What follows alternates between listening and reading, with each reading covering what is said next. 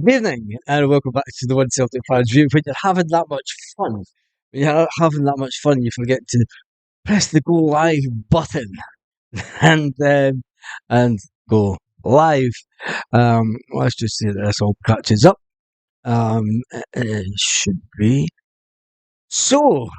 Let's jump into the chat and see who's on. Baz, love your videos, boy. Been added to at least 20 subs. What? I did at least 20 subs. As morning Castle Milk. Say alright to my Castle Milk Glasgow mate. Love a shout out. Hail, keep up the good work. Cool, I need to go back to the beginning and it'll go back right to the beginning. It's the easiest way. Easiest way. I just turn this down so we get double feedback. Ian Roy was in the house, first of all, tuning in from Scotch and Southwest Florida. Love your shows. Good to see that, Ian. Coming in for good old USA. Fuck the Hun says Jim F. And even Baz, Colin Sweeney says, Hail, comrades. Glasgow's Green and White says, how are you tonight? Baz, I'm good. Buzzing for the final. Hail, you never walk alone. I'm good. It's good. It's been a good week. It's been a fun week. It was that fun that I'm 2 minutes late starting because I was having a pure giggle through the lounge. What do you call it, a lounge or the living room? I call it a living room. Living room. What do you call it? What do you call it? Do you call it a living room or the lounge? Who the fuck calls it a lounge in this day and age? The lounge in the dining room. Oh, it's so fucking middle class, isn't it? Yes, we just have to the lounge. We'll have dinner in the dining room tonight, darling. Fucking kitchenette. Anyway, Green White says, Evening, hail.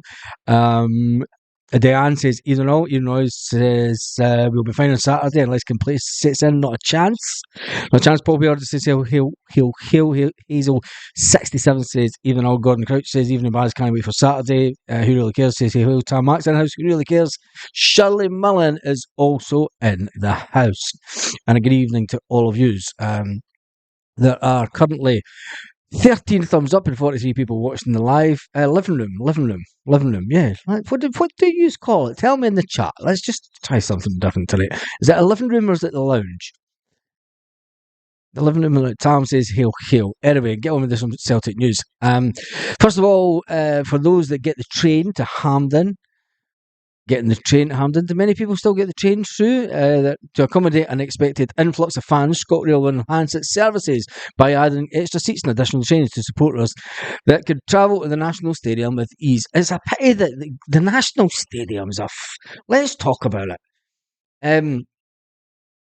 I've been to many games. I can remember who went to the Celtic games at Murrayfield years ago under Ronnie. The pre-season games. So remember we had the coffee table.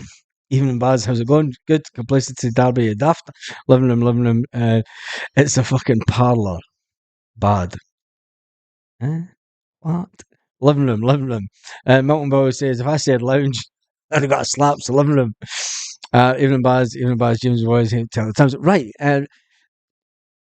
ScotRail have put that they're going to put.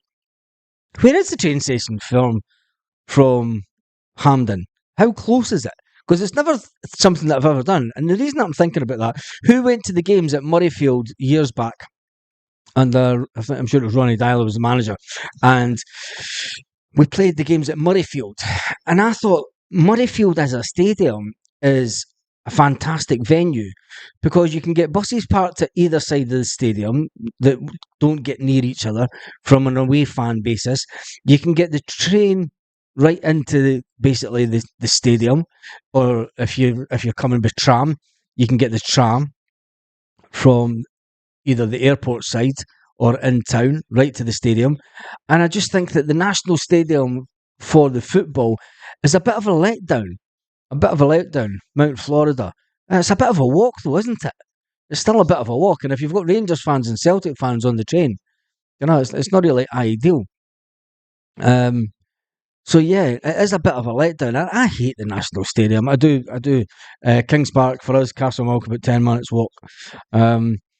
I just think that the National Stadium is a big letdown. It's Mount Vernon, the nearest train station. There you go. Hampden is a dump. Yeah, Hampden is a dump. I've been to it many times. I mean, I've probably lost count how many times. I mean, it was when even under Brendan and everything. I mean, I was at every single game. I was at every single game up in Hampden with Celtic right up until 2020, until lockdown. But I think the National Stadium is a dive. I think the fact that they bought it over and it needs far too much money on it to bring it up into any kind of standard to be a real iconic looking stadium. You've got to remember when it was redone in whatever year it was done, it's still got a fucking running track round it. You know, they wanted to make it look like the iconic Hampden of years gone by. The difference is, with years gone by, you could fit 120,000 people into it, and it didn't matter if you were behind the goals, because you'd never seen what went on the other end of the stadium anyway, because you were having that much of a laugh in the stands. With it being a seated complex, and it comes to the front of my mind also, because we're going to be watching the Euros, and the Euros are obviously going to be in Germany, and we're going to see some fantastic stadiums, and then we're then going to reflect on our own final, our own national stadium, and not just the national stadium. I mean, there's the stadiums all around, obviously Germany, that will be used for it, but it just puts Hampden into perspective as a spectator venue. It is poor. It's poor to get to. There's nothing to do around about the stadium. You know, there's not a fan experience to be had in and around the stadium. I just think it's a shambles, and it's a shame. When you look at Murrayfield, they've got a big fan area outside the stadium that they use for the rugby. There's a big grass pitch on the other side that they could use for anything, and parking's is an easy way in. You know, I just think that Scottish football, it lets it sell down a lot, and people go on about silly things that happen in Scottish football, and people complain about the mess in the streets in Glasgow city centre after a game. Could you imagine if Scotland? Now, here's a thought. Could you imagine if Scotland gets through to the later knockout stages of the European Championships? Some unbizarre thing happens, and Steve Clarke manages to get Scotland into later stages of the championship, and they put big TV screens up, and there's a big party in Glasgow. Would Scotland fans come out in Glasgow? I don't know. There's not that many. There's probably that many Rangers fans that they would. I don't know. Would they? Would there be? I don't know if that would happen. But anyway, could you imagine if it did? Right, we'll put it down as an imaginary thing, and then Scotland fans went out. And you know what Scotland fans like to do? They like to party, and they like to get pissed in a big fucking way. And they would make just as much mess. And I wonder if there'd be the same outcry. And then when you look at that, it really calls out for stadiums to have fan zones and stuff. Could you imagine if Scotland's... fucking who gives a fuck about Scotland anyway? That'll come later next month when there's nothing else to talk about. When Celtic are on the back burner because the Euros are on. Anyway, right. It was national lottery money that got to do up to Hampden. Well, that explains it all. How bad is the mess? Bad I live in Merchant City. It's not as bad as Orange Walk. Yep, Baz here, on the £34,000 worth of damage. Mount Florida. We'll pump them on Saturday. Yep. Yes, this is true. Hello, Baz and Tim's from Madrid, Ayrshire. Looking forward to Saturday. I hope it's sunny on Saturday, because if it's raining, what's the forecast? I don't even want to look at it, because I'm going to do it.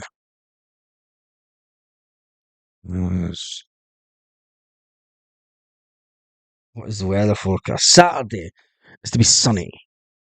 Thank God. Thank God. It better not be rain. Meant to rain Friday and then Sunday. Which means it's good news for Celtic. That's all I'm saying. That's all I'm saying. It generally means it's good news for Celtic if it's sunny. If it's raining, I would have feared the worst. But it looks like it's going to be sunny. Rain, not at all rain. Rain. It's going to rain. Don't say that. I've just looked at the forecast on Google, and it said it's going to be okay. They had a fan zone at Aitken Road for the last Euros. It was bouncing. The fuck was that? Do you hear that? Anyway, right. There's a player who is at a bit of a crossroads when it comes to Celtic. And we'll get on to the main topic of the video. There's a player that's confessed that he is now at a transfer crossroads when it comes to his Celtic career. And as a support, we would say, Mikey Johnston, there is no crossroads. There's one way, and that's a ticket out of Parkhead. Although Mikey Johnston did have a successful stint, and when you look at the stats of Mikey Johnston, he actually really did have a good stint, didn't he? Although he's 25-year-old, he's not a young lad anymore, but he scored a cracking amount of goals. 7 goals in 20 appearances. I don't know how he managed 20 appearances since Christmas, but he did. He managed 20 appearances, according to this, and he scored 7 goals. Where was that Mikey Johnston all these years at Celtic? Tony Ralston, James Forrest, Calmack, and you're missing one out. Tony Ralston, James Forrest, Calmack, and Greg Taylor. Greg Taylor's also in the team. Paul Wheeler, we'll see you on Saturday. Ali, we'll see you on Saturday as a Hun tears. Mikey Johnson does better on loan when he does in hoops. Yes, he does. Now, with that being said, we spoke about this earlier in the season, remember. We went through all the players that are out on loan. And I said, let's leave... Oh, there's a cracking moon just appeared to us. Nice. Let's talk about the players now. Because there's a lot of players that have been out on loan from Celtic this season that I don't think that will even have a chance. But we'll talk about it because there's young Josh Clark, the English goalkeeper, joined Ayr United in February to work with Scott Brown. Scott Brown was urgently needing a goalkeeper, and Celtic gave him the young 19-year-old. He's made 12 appearances under Scott Brown, and he's had a couple of clean sheets, but he's shipped in 18 goals. He is out of contract in the summer, and I don't think Celtic will renew that contract. I don't think they'll renew that contract for that one for Josh Clark, unfortunately. And then you've got young Toby. Former England under-20 youth. He went to Austrian club, Admiral Wacker, remember that? But he suffered a knee injury. I thought he was a young goalkeeper that could have had... He did have a good end to the season. He came back in though, didn't he? But I'm not too sure. He ended the season between the sticks and kept an impressive 5 shutouts and 9 appearances, conceded 6. He's likely to go out on loan again, this report says. I think if young Toby is good enough, young Toby should be brought into the fold as third choice keeper. And the reasons I've said before, if the young boy's good enough, I know he's going to be 20. I know he's 20-odd-year-old, right? But get him in and around that first team and show him a pathway. But then again, Celtic might say, look, we'll put him out on loan for another season to get him some game time and some experience. And then you've got there's young Matthew Anderson. He went to Austria also. He started a few games during the summer. I don't know enough about him, so there's no way I could comment on him. Young Bosun Lawwell, who we all raved about because the Dublin-born went to Fleetwood Town with Scott Brown at the beginning of the season, and he turned into a midfield master of sorts. He's a big powerhouse, that lad. Big powerhouse. He is only 20 also. He is contracted to Celtic to 2026, and Fleetwood boss Charlie Adam tipped the midfield player to become Parkhead star. And say what you like about Charlie Adam and his sister's pants, because you could smell them from the east to the west. Charlie Adams' sister's pants are the best. Charlie Adams' sister's pants. The old ones are the best, aren't they? The old ones are the best. Anyway, talking about Bosun Lawwell, he reckons that he's going to be he's tipped the midfield player to become a star at Celtic. Could you just imagine it in 2 or 3 years' time, where you've got Bosun Lawwell playing in midfield and young Daniel Kelly? That would be a turnaround for the books. But he has been given that contract until 2026, so make sure it is with Celtic. Will he come back and get brought into the team under Brendan Rodgers? The fact that he has been out on loan and he's had a pretty successful season. Young Ben McPherson, and he spent the Championship Queen's Park, racking up 26 appearances. However, Ben McPherson's deal expires in the summer, so he'll probably be left. And then there's the interest one Ben Summers. Ben Summers is a player that was in and around the team last summer under Ange Postecoglou, and I thought that he was a player that would probably keep at Celtic this year. He went to Dunfermline to gain some first team experience. He did score 4 goals throughout the year, but he is another player that suggesting that he might go out on loan again just to get him game time. Then there is Kwon, the £1 million man from South Korea. Kwon.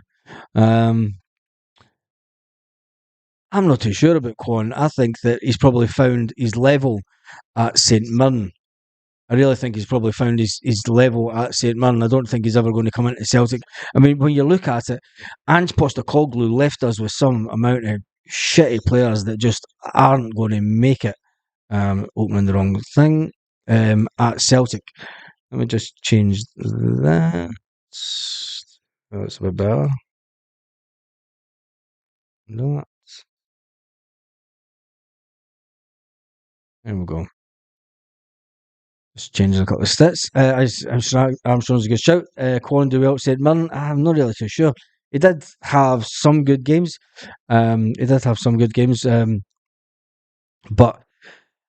I just think he's found his level at St Mirren. And then there is the little Australian winger that when he went back to Australia, he was a player that wanted to go back to Australia because he thought he should be playing more at Celtic. He's a player that arrived at Celtic as 22-year-old. And we're talking about players that have came through the system at Celtic that are at 20-year-olds. And they're getting pumped out on loan. But Marco Tilio came into Celtic injured, remember? Ange Postecoglou had earmarked him as a summer signing. And he came to Celtic injured. And he spent the first quarter of the season not even fit. Then once he was fit, he looked okay. He looked a little tricky player. But there was other people that had been playing all season that were in front of him. And he kind of spat the dummy out and said, I want to go back home. And they sent him back to Melbourne City. And then in his first, I think it was about his first or second game at Melbourne City, he gets the ball for about the halfway line and scores an absolute screamer, doesn't he? But then he got injured. He did get injured again. He came to Celtic injured and he got injured again when he went out. I think Marco Tilio, the fact that we spent money on him and give him it was about a 4 or 5 year deal he got, was it? Was it not a 5-year deal? Marco Tilio got, and I just don't think that whoever was giving out contracts, they were giving them out like flipping sweeties, weren't they? They were giving them out like sweeties in a rave. Remember the raves in the 90s when you used to get the madmans that were totally wasted? Oh, try one of these, man. Oh, totally out their box, giving away all the sweeties for nothing. And then waking up on the Monday morning wondering why they've got a £300 bill to get paid. I'm telling you, that's who's giving it. That's who's giving it the Celtic contracts at last summer. Probably goved one too many. Goved one too many sweeties. I don't need water when I'm swallowing mine. Fuck man. And sit at the side going, fuck that shit. That's better. Anyway, the Aussie Hun who does radio said Tilio went home because a family member got seriously ill. Tilio should be got rid of, says Paul Baird. Jason Lee says Tilio was a waste of time. You're off your heat. PMG. Definitely about Ibrox's and the Bates Motel. I certainly agree with you, but from what I've seen from Alan Forrest, I think he'd be a great addition to the squad. That's an interesting one. Talk about sweeties. I've just ate a full bag of Haribos. I remember. I can't tell you that story. About Haribos. And I tried to do that one there. It would ruin my career as a media man. In case I wanted to get a job with like a real media company. Oh, Danny. Now we're just going down one crazy road. Let's get back to the talk. Right, the big news is, and yes, drum roll. There's a fantastic winger coming. He's back to Celtic. Said Haksabanovic was sent out to Stoke City. Stoke City, as punishment for being a little bit too mouthy and thinking he was a big I am and he should be playing more. Celtic paid 2.5 million for the player. Celtic now want 2.5 million for said Haksabanovic. He's another player that will not kick a ball for Celtic this summer. Kenzie McCarthy. Mackenzie Carsey, Jesus, get it right. He went out. Did he not just get a new deal? Did he not just get a new deal with Celtic Park? I can't remember. And then there was Liam Shaw, Mikey Johnson, we've spoke about him. And then the forgotten young lad, striker, wee skinny lad, came over for Ireland, lived the dream. Striker Johnny Kenny. Johnny Kenny went back to Shamrock Rovers. I've got to say, that's probably his level. He's never going to make it as a Celtic player. No disrespect to the young lad, but you know when you're going to play for Celtic, you've got to be. And could he grow into that? I don't know. I don't know. I just don't see it. We've seen a lot of strikers come through the Celtic youth system back in the day, but I just don't think it. I would like to get a job where I would get 20 grand a week and not do my job. People say that's about YouTubers. Just like get a real job. I was talking to a mate yesterday, and he does over 1 million views a month. He does over 1 million views a month. It puts any Celtic channel into perspective. He does over 1 million views a month. Cracking lad from Glasgow, and he laughs at it because people turn around and like comment on his channel, tell him to get a real job. It's like, it is a real job. I mean, Jesus. And then when he told me how much money he was making, I was like, fuck me. People that work real jobs didn't even make that money. Anyway, said Haksabanovic should be gone out of Celtic as soon as possible. John Shirley says Baz said it months ago. Now it might happen. Marco Ara said Milne, good midfield player. Wee Calmac. Do you think that would happen? I don't know. Is that making the squad stronger? Is that what we're going to be reduced to? When we think about making the squad, the playing staff stronger, we're on about players that are better than our own first team players. Does he come under one of them? Kenny is remaining on loan at Shamrock Rovers. Well, there you go, Paul Baird. I didn't know that. He'd probably better staying at Shamrock Rovers. Should we keep as many of the academy boys as possible? Yes, we should. We should be keeping as many as the Yes, we should. We should be keeping as many as the. But Johnny Kenny wasn't an academy player. Remember, we bought him from Shamrock Rovers, and then we sent him back. So there's not many of the academy players that. I mean, the academy players that were out on loan. Bosun Lawwell wasn't really an academy player, was he? And we bought him. Who did we get Bosun Lawwell for again? Was it Sheffield Wednesday or something? I can't remember. Was it no Sheffield Wednesday or something like that? We got him from Ben McPherson. He came through the system. Ben Summers. He came through the system. And Mackenzie Carsey. He came through the system, but he struggled. He struggled at Queen's Park. So I don't know. Liam Shaw. We bought him in. As well, so he didn't come through the system. The only one that you could say, Mikey Johnson didn't even come through the system. Mikey Johnson came from St Mirren, didn't he? Mikey Johnson came from St Mirren, and then he was kind of put into the B team, if you like. He was kept on the periphery of the Celtic first team and played in the B team. Johnny Kenny wasn't through the system, so there's not many of the young guys that are out on loan that. You could say Josh Clark, 19-year-old goalkeeper, no idea. Young Toby, he never came through the system either. Anyway, the big news is obviously Mikey Johnson's at a crossroads. Mikey Johnson, who put out in his social media, I'd like to thank the Hawthorns. I'd like to thank the West Brom and wish they had finished the season in a better way. But he could yet return. Return because it looks like they might put in a bid. They might put in a bid for Mikey Johnson's. Would Celtic be wise to sell him?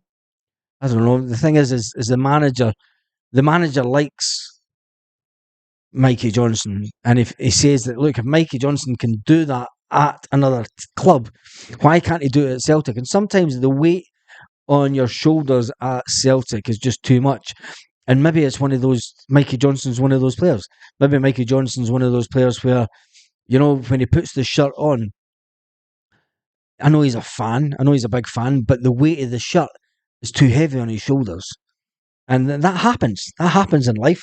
But anyway, if it does happen and he does go, we move on. We move on. Baz, does your brother work for a massive boxing channel on YouTube? Not that I'm aware of. No. Nope. Doesn't work for a massive boxing channel. He runs his own boxing gym. I think it's a Thai boxing gym, but he would like to work for a big, massive, because he talks about boxing all the time on his social media. But no, he doesn't. He doesn't. He has a real job. He has a real job. A very highly paid real job. The Mighty Owls, Baz. Troops, that's a Burnley goalkeeper. A bit of us. Mikey Johnson, a big cross. Should give him a lighter shot, says Stephen. Nope, he's too lazy in defence. Jason says, I'm ever the optimist. Mikey Johnson seems to be cursed at Celtic Park. It does that. Anyway, there's not a lot of people being online tonight. It's been a funny day. A funny day on YouTube. It's been a bit quieter. I think everyone's probably looking at the media because, yes, the fucking Tories have put out that they're going to have a general election. Good luck with that one. Good luck with that one. Voting for a cunt or a cunt. Voting for one posh cunt or another posh cunt. That's all British politics is all about. Didn't he make it about politics? Don't talk about politics. Well, it's ingrained in everyday life. Anyway, Mikey's been unlucky with injuries. I think he's a good player in his day. And Angus Gunn, not good enough. I love the guy's name. Is Angus Gunn not good enough? No, I don't think he is. Europa final, Baz? Europa final? Is that on tonight? Oh, well, there you go. There you go. I didn't even know. Is it on? What about Walsh? Out on Saturday? Stevie Walsh is out. Is there a European final tonight? Have I even watched it? See, because I've got family over. Everything's just up in the air.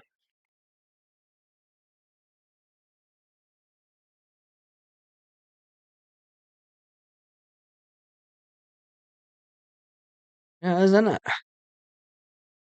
Atlanta's 2, Leverkusen 0. So there you go. There you go. You would have thought Bayer Leverkusen would win that, eh? You never knew that. You never knew that. Well, there you go. It's the first time I've never really been bothered about the Europa this year. And it's in Ireland as well. That's why everyone's watching it as well. Remember, Celtic thought they were going to get to the Aviva Stadium. Anyway, that's probably quite YouTube's quieter tonight. I've got the volume down though. Referee Nick Walsh on Saturday. Labour leader is a Tory. Yes, he is that, Paul Beard. He is that. He's voting for one cunt or another cunt. It's just my own personal opinion. Right. Not going to get many more folk on. We'll call it quits for tonight. Half an hour's long enough. I'm going to go and see my family before I head off tomorrow. And that's fuck the mainstream media, Baz. You're our go-to Celtic guy. Thank you. I don't think I'm the go-to one. There's a lot of other channels out there that are journalists, professional journalists that give a lot of good Celtic content. But anyway, less said about that better, because just watch the one Celtic fans view. It's as simple as that. Anyway, on that note, have a fantastic evening, Celtic fans. And we are on 16,659. If you've made it to this point in the video, make sure that you subscribe to the channel, because we're trying to get to 20,000 for this Christmas. And on that note, have a fantastic evening, Celtic fans all around the world. Hail, hail, troops.